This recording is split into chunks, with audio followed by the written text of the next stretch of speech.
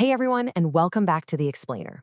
This is day 7, and today we are tackling a really massive pain point. We absolutely are, Lamb. I mean, if you've ever sat there wondering why a project just completely went off the rails, even though you had this seemingly perfect kickoff meeting where everyone was nodding along, well, you are in the exact right place. Today we're diving into the 5 hidden layers of business requirements. Because the reality is, most project failures, they actually happen right at the very beginning, usually because of incredibly superficial requirements gathering. Actually, there is a fantastic saying for this that I love. Requirements are like onions. If you don't peel them properly, they'll make you cry later. It's kind of funny, but honestly, it's a completely perfect metaphor. Oh, it is absolutely spot on. We so often think of requirements as just these simple functional and non-functional checklists. We write them down, tick the boxes, and we just move on. But taking those initial surface-level requests at face value and stopping right there, that is literally a recipe for disaster down the line. You've got to peel back the layers. So, the crucial mindset shift we need to make here is focusing on what stakeholders actually mean, not just what they say out loud. Right, exactly. The literal words they use, that's really just the tip of the iceberg. True requirements are deeply rooted in all this complex business context, operational constraints, and yeah, even human emotions. If you're only ever capturing what gets spoken out loud across a meeting room table, you are fundamentally missing half the story. So, how exactly do we go about peeling this onion? Well, we'll start off with the stated layer and then uncover what we call the silent killers. From there, we'll shine a light on the shadows, expose the core, open up our BA toolkit to show you how to actually extract these invisible needs, and then finally, we'll wrap up by putting it all into practice. All right, let's jump straight into layer 1, the stated layer, or quite simply, what is actively set. So, stated requirements are those explicit verbalized statements you hear right off the bat. Things like, hey, we need a new dashboard, or we really want to automate this specific workflow. And they're essential, obviously. But capturing only these creates a really dangerous false sense of security for your team. You walk away thinking you have exactly what you need to start building. But remember, stated requirements are just your entry point into the conversation, definitely not your final destination. Think of them as an open invitation to start digging deeper. Which brings us deeper into the onion and into much more dangerous territory, layers 2 and 3, which we call the silent killers. Yeah, we really need to make a critical distinction here between unstated and assumed requirements.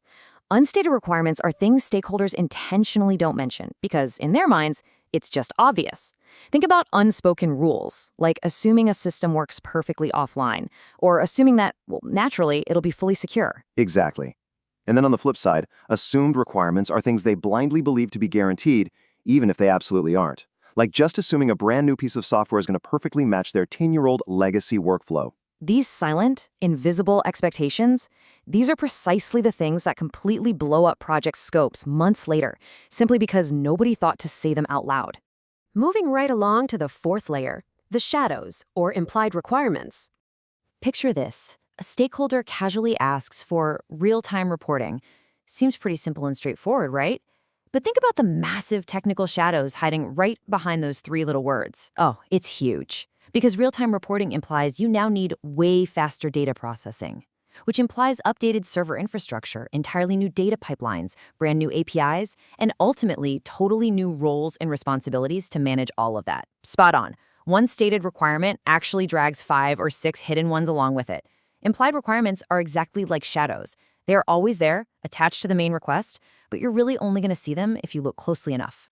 Okay, finally, we reach the absolute deepest, most sensitive part of the onion. Layer 5, the core, emotional and political requirements. Let me tell you, you will never, ever see these written down in a formal JIRA ticket. But we are talking about highly influential stuff here.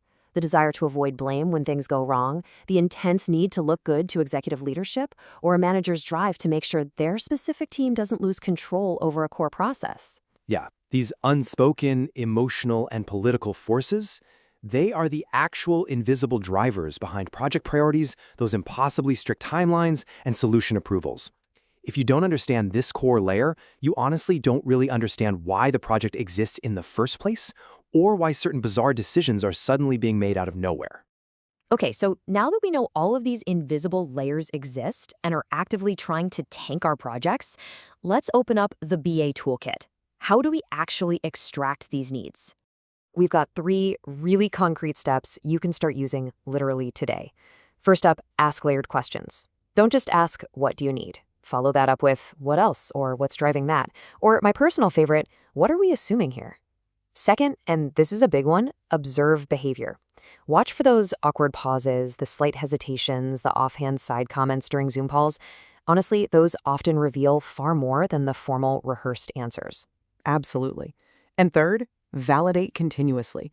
Just regularly pause the conversation and ask, okay, here's what I'm hearing. Is that accurate? Doing this actively pulls those hidden layers right out into the open. It completely transforms you from someone who just passively takes down notes into someone who actually uncovers deep structural meaning. Let's actually put all of this into practice with a single, super relatable example just to tie the whole thing together. The customer portal. Okay, so let's say someone marches up to you and says, we need a new portal. Boom, that's your stated layer. Right, and the unstated layer? That's the totally obvious to them fact that it absolutely must work flawlessly on mobile. Down in the assumed layer, they firmly believe it's just going to magically, seamlessly integrate with their highly customized 10-year-old CRM without any extra effort. But the implied layer means this quote-unquote simple portal now actually requires brand new real-time APIs just to function at all. And sitting right there at the emotional core, the quiet, desperate panic that competitors have a way better portal, and leadership is terrified of falling behind. See how that works? One incredibly basic request contains an entire universe of hidden complexity. If you just write down build portal, you are going to miss all of those critical layers and you'll definitely be crying later. So as we wrap up today's explainer, we want to leave you with a pretty provocative question.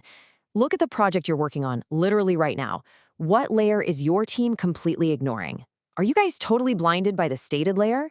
Are assumed requirements silently killing your timeline as we speak?